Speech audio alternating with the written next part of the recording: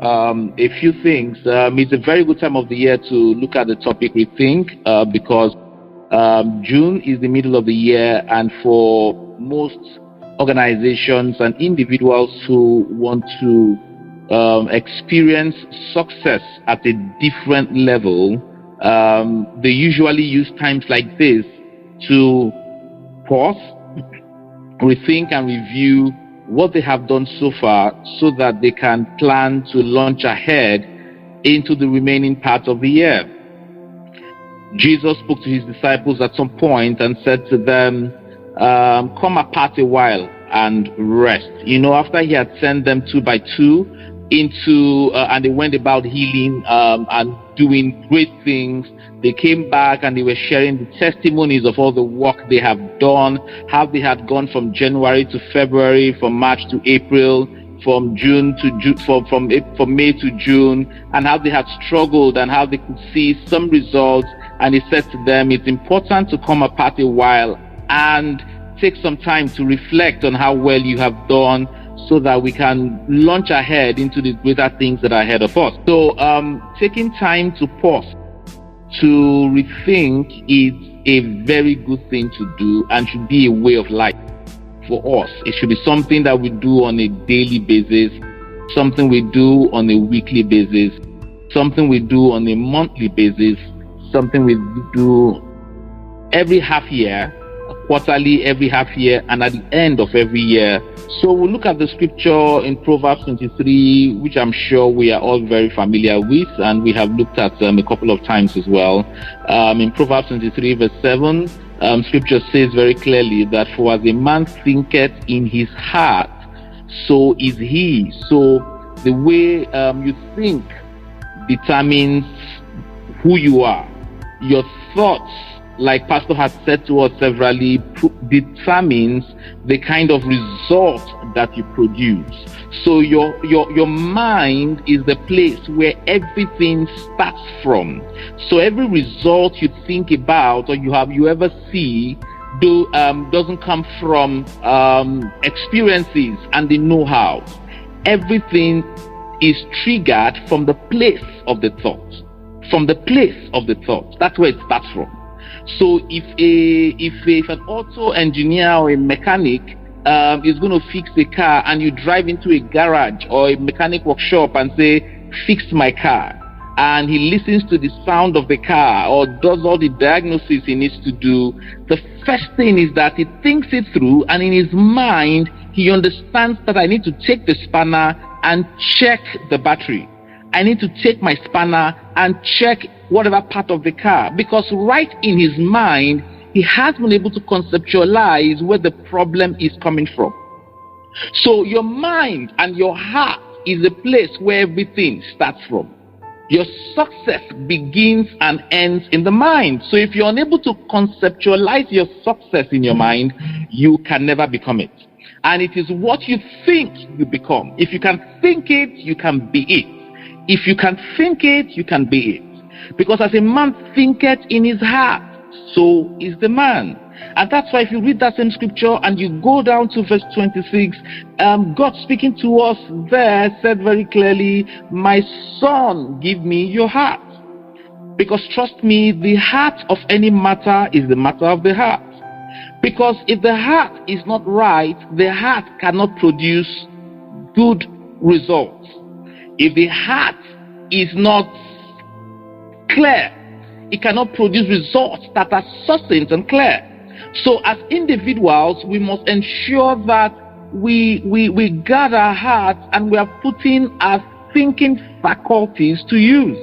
And those are some of the things that we'll be looking at today and tomorrow. So your life is simply a product of the thoughts that you think. So if today you assess yourself as someone who has succeeded, or you assess yourself as someone who has who is successful, who is rich, who is happy, it is a product of the way you think. So if you see someone who is either struggling or assessed as a failure, or you see someone who is assessed as being sad, or you see someone who is assessed as being poor, It is all a product of the way the person thinks. The way you think guides the way you make your decisions in life. The decisions we make as individuals are the things that leads to the kind of results that we see at the end of the day. And that's why rethinking becomes a very good thing, because it is not just important to think, it is important as well, or more important, to pause at some point to rethink our thoughts and see how well they are going. Certain words clearly define thinking. For those of us who may be struggling with the definition of rethink, a few words I'll drop with you today would help us also understand this a bit more. So you can say rethink as reflect, taking some time to reflect, to sit back and play it again. So the day has come to an end. I'm about to leave my office today and go back home. Let me reflect and see how well I have done today. What results did I achieve today? 6 months has gone in 2020, or is about to go by in 2020. How well have I done in 2020? Sometimes you may want to look at rethink from the perspective of a review. You know, when you sit down and you do a review of your strategy, of your plans, you may begin to see the things you did well and the things you could have done better. So review is another way to understand rethink.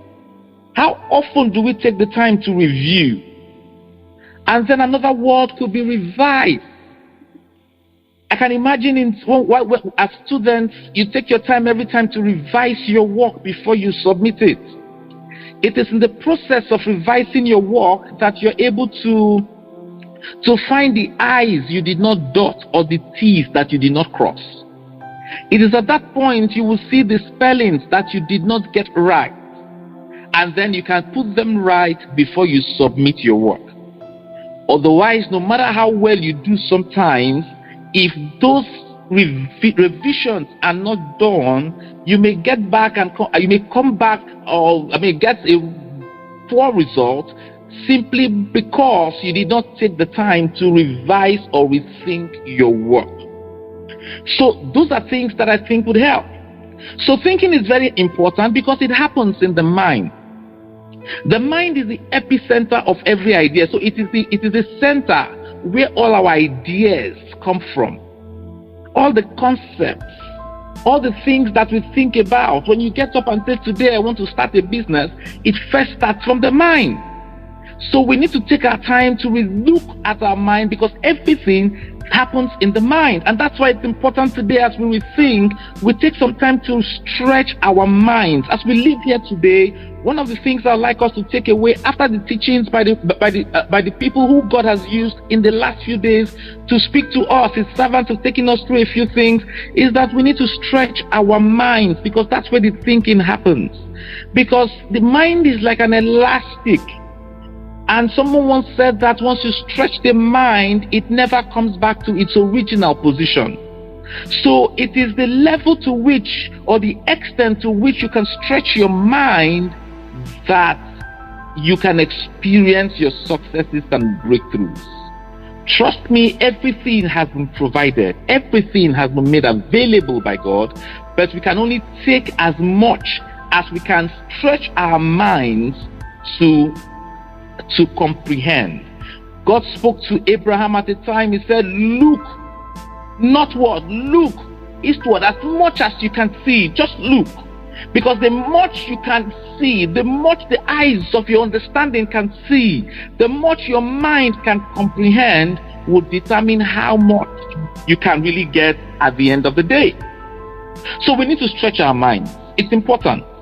Even the people who created the computer once said something called shared something called YCYG. WYSIWYG. YCYG says what you see is what you get. So while they were developing the computers, and growing up in my days as a computer engineer, one of the first things they taught me is that in the computer world, what you can see is what you can get.